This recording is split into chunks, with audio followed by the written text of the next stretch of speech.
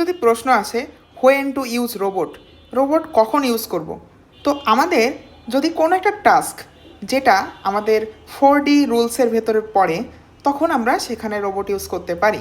So দেখো 4D বলতে কী বোঝাচ্ছে, এটা একটা কাজ ডাল হইতে পারে, ডার্টি হইতে পারে, ডিফিকাল্ট হইতে পারে, অথবা ডেঞ্জারাস হইতে পারে। তাহলে এই ডাল, ডার্টি, ডিফিকাল্ট অথবা ডেঞ্জারাস দিয়ে আমি বোঝাচ্ছিটা কি, কোনো একটা কাজ অনেক বোরিং, মানে ধরো প্যাকেজিং কাজ আমরা বারবার করতেছি, বা ধরো গার্মেন্টসের অ্যাসেম্বলি লাইনে এই সেই সেম এক্সাম্পল, যে আমরা প্যাকেজিং কাজ ওটা কি আমরা রোবটের হাতে দিয়ে দিতে পারি না, বোরিং কাজ। সো সেইখানে আমাদের হিউম্যানকে রিপ্লেস করে আমরা ওখানে একটা রোবট অ্যাড করতে পারি। এবার ডার্টি টাস্ক কোনটা, ধরো কোনো একটা ইন্ডাস্ট্রিতে অনেক হ্যাজার্ডাস কেমিক্যাল তৈরি হয়, যেখানে মানুষ থাকলে দীর্ঘমেয়াদী তার ক্যান্সার হইতে পারে। সো ওই সব ক্ষেত্রে কিন্তু আমরা রোবট ইউজ করতে পারতেছি, ঠিক আছে।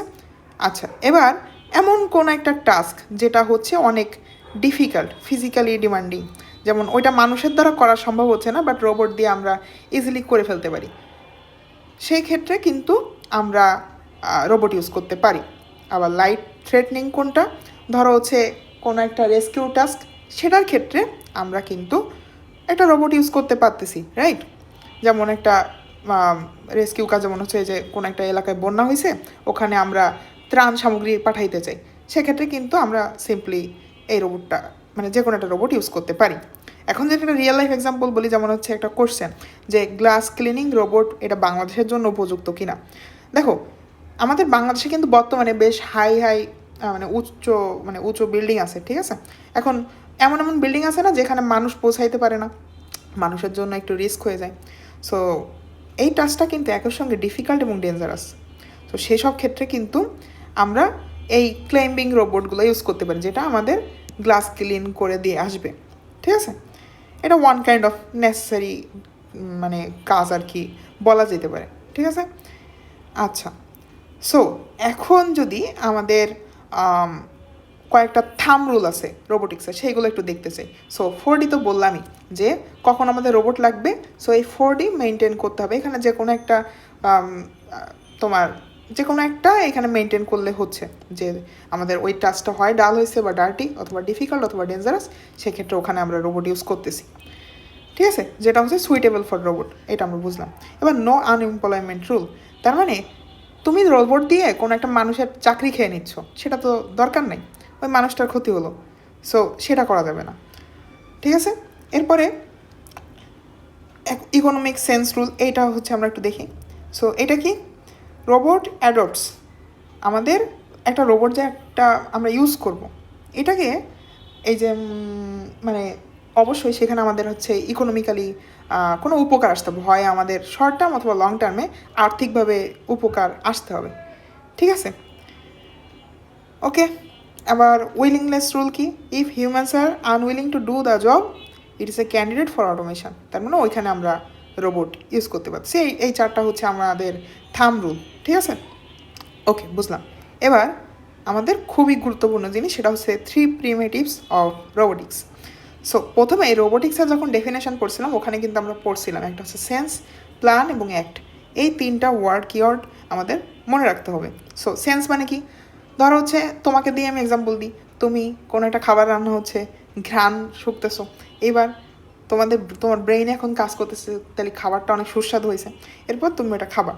আবার রোবটের ক্ষেত্রে যদি আমরা চিন্তা করি, রোবট কোথাও একটা আগুন লাগছে, ও সেন্স করলো, এবার ওর ভেতরে কোনো একটা প্রসেসর আছে বা এআই ইমপ্লিমেন্ট করা আছে, সেইভাবে ও একটা ডিসিশন মেক করলো ওর ব্রেইনে, এবং সেই অনুযায়ী দেখা গেলো ওর ভিতরে আমরা পাম্পিং সিস্টেম অ্যাড করে রাখছি, কোথায় আগুন লাগছে সেটা ডিটেক্ট করে সেখানে ও পানি মেরে দিল আর কি।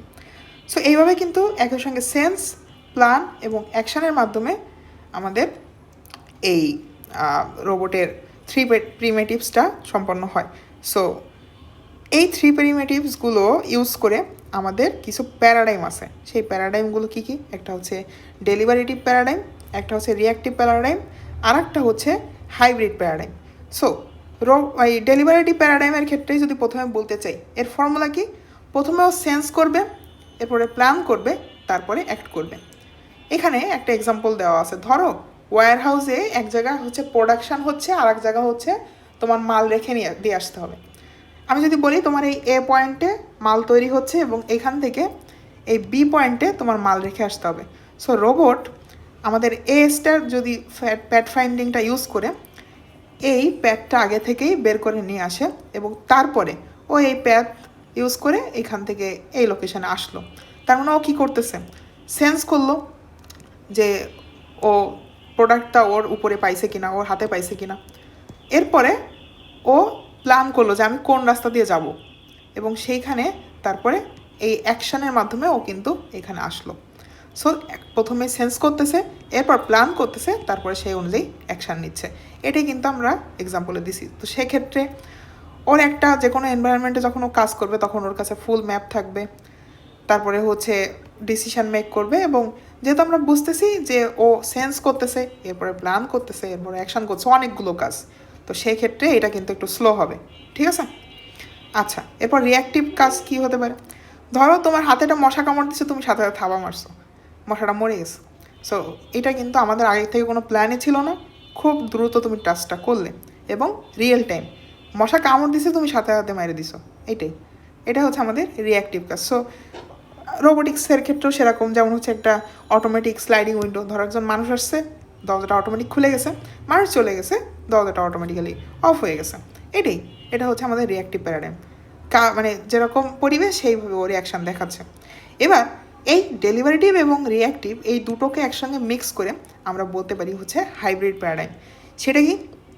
ও প্ল্যান করবে এবং তার সঙ্গে সেন্স এবং অ্যাক্ট করবে, এই দুটো কম্বাইন করে। সো ডেলিভারেটিভটার যদি এক্সাম্পল দিই, ধরো হচ্ছে মার্স রোভারের কথা যদি আমরা চিন্তা করি, ধরো মার্সে তো কখনো আমাদের এমন হইতে পারে যে ওখানে ঝড় হচ্ছে, কখনো বৃষ্টি হচ্ছে, বা কখনো অনেক তুষারপাত হচ্ছে, আমরা চিন্তা করলাম যে এরকম বিভিন্ন পরিবেশ হচ্ছে। এখন এই বিভিন্ন পরিবেশের সঙ্গে খাপ খাইয়ে নেওয়ার জন্য ওর এক এক সময় এক এক রকম প্ল্যান করতে হবে। আর এই যে এক এক রকম পরিবেশ তৈরি হচ্ছে, ওটাকে ওর সেন্স করে নিতে হচ্ছে। সো ও সেন্স করতেছে, প্ল্যান করতেছে, অ্যাকশান নিচ্ছে। এইটা কিন্তু মানে তিনটা কাজ রিপিটেটিভ ওয়েতে বারবার হতেই আছে। ঠিক আছে? সো এই কাজটা আমাদের একই সঙ্গে ডেলিভারেটিভ এবং রিয়াক্টিভ এই দুটো প্যারাডাইম মিক্স করে এই হাইব্রিড প্যারাডাইমটা তৈরি হয়েছে। বুঝতে পারছো? আচ্ছা, আবার সেলফ ড্রাইভিং কারের কথা যদি আমরা চিন্তা করি, সেলফ ড্রাইভিং কার কী করে? ওতে অনেকগুলো ক্যামেরা সেট করা থাকে, ও দেখে আশেপাশে আমার কোনো গাড়ি আসে নাকি, সেই অনুযায়ী ও গাড়ির স্পিড কমায় বা বাড়ায় বা থেমে যায়। ঠিক আছে?